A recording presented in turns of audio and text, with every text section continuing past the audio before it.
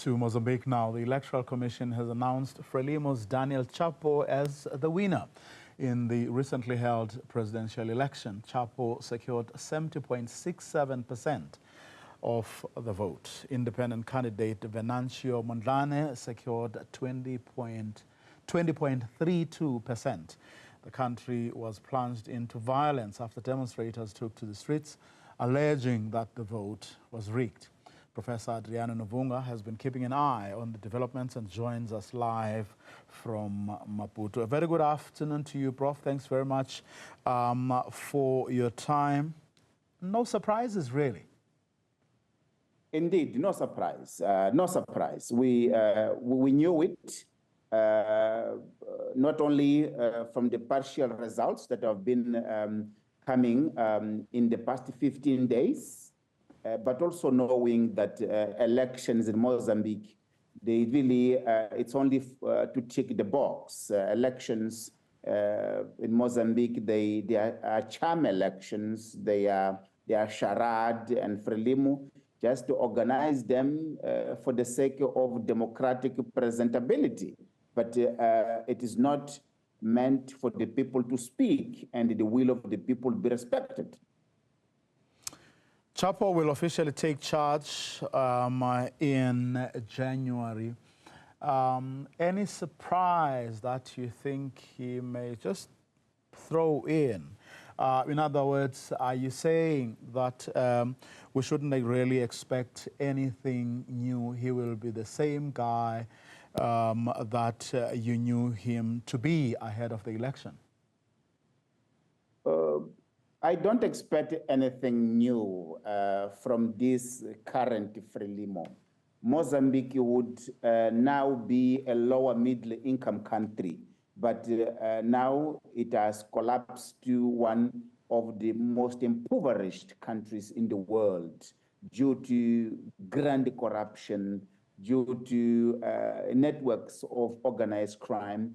And Chapo was part of that system of governance. He was a district administrator.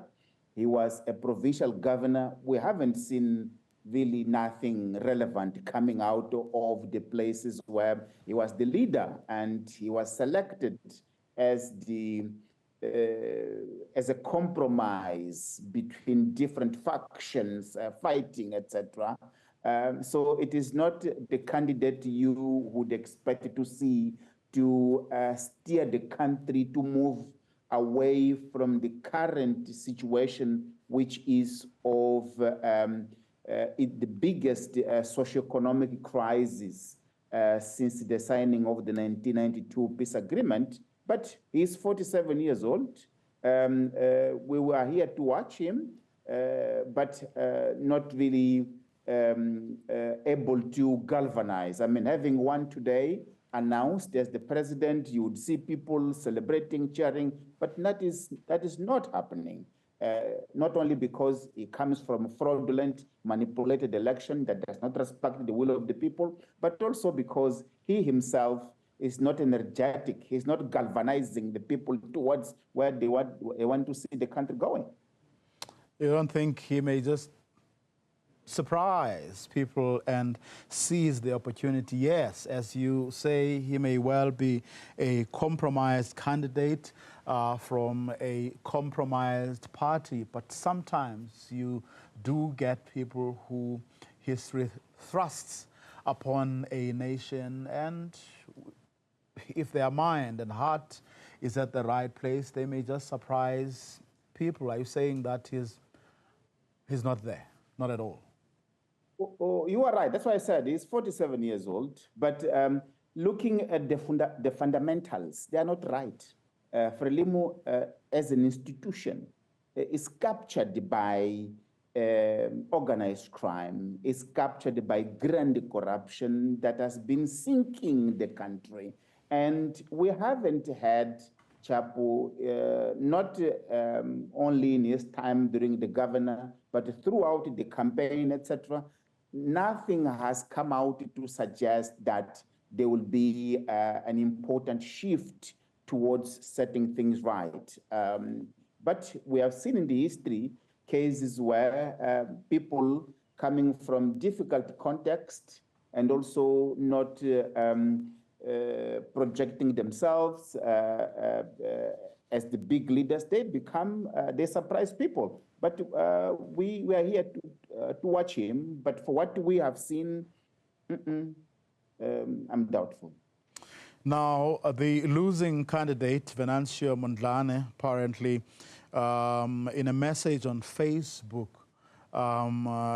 yesterday, encouraged a national demonstration, saying, and I quote, "The time has come for the people to take power and say that now we now want to change the history of this country. In all the neighborhoods, all the districts, we are going to be on the streets. There won't be enough bullets for everyone. There won't be tear gas for everyone. There won't be enough armored vehicle." That does sound like incitement. Yes. It sounds like a threat. It sounds revolutionary. But look at what happened after the partial results started to come out. He announced a national strike for Monday, the 21st of August. And between the announcement and the actual realization of that strike, death squads have killed two prominent human rights defender and democracy defender, namely his lawyer and party official for Podemo. So that the killing of these people, it has infuriated people. It has increased the tension in the country. And on Monday, people were in the streets and the police reacted aggressively, attacking with repression, including attacking Venancio Mondlane himself.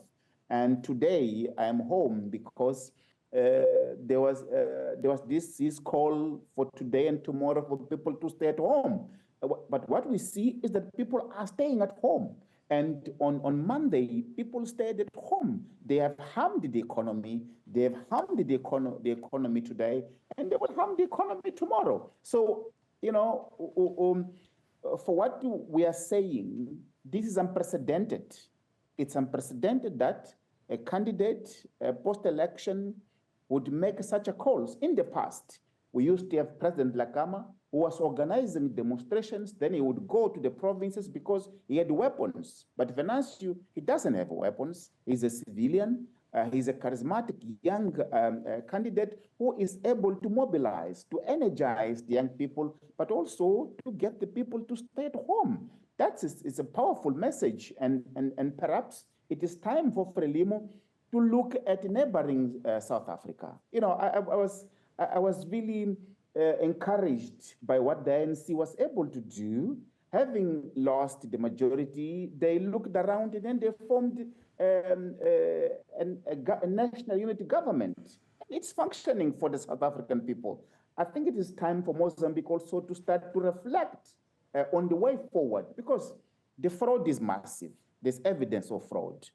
On the other hand, you have the young people that are saying enough is enough. They have nothing to eat. They're in a situation of hopelessness. So they see that by organizing this, people listen because they're not going to work. So I think Mozambique is at a brink here, and this opportunity needs to be seized to steer the country towards a dialogue, a constructive dialogue, because I don't think that neither Frelimo alone nor Venancio alone, they can go and take the country to where it needs to be. Professor Nuvunga, let me thank you for your time, and hopefully sanity will prevail.